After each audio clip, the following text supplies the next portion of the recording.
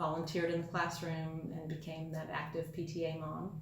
And in 2009, there was a group of candidates who took over the Wake County School Board and changed the policy in a direction that I thought was going backward. So I went to every school board meeting between 2009 and 2011, and then in 2011 I ran for school board. Well, I've always been interested in policy, so I always thought I'd end up on the staff side. I didn't expect to become a politician until I decided to run for school board, and have served on the school board since 2011, and have found a lot of deep sense of impact working as an elected official. It's been very different running for a state legislature in England because there's an expectation of raising money. So I have, since April, been focused on having events, meeting voters, talking to voters about what interests them. Also, I want to hear what's on their minds, and also telling them about my values, about my focus on public education, expanding healthcare, and addressing climate change and the environment.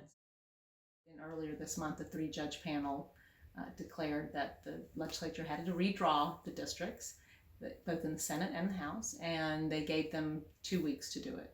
So those were redone just in the last 10 days. And now my district has changed. The district I declared for, I no longer live in that district. So when I announced it earlier this year, it was for District 18, which had an incumbent Republican, John Alexander. So I was going to take him on in the general. And now that's changed with the redrawing of maps, and I'll need to decide whether I go forward and run in the new districts.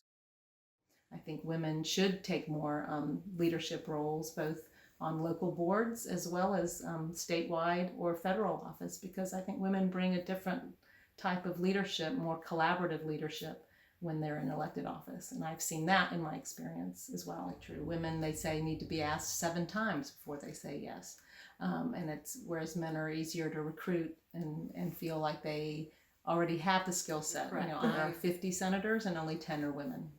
And I think that our legislative bodies should look like our communities. I think remembering my why is what I always have to go back to. Why did I run for school board? Because I thought we needed better governance and better policies.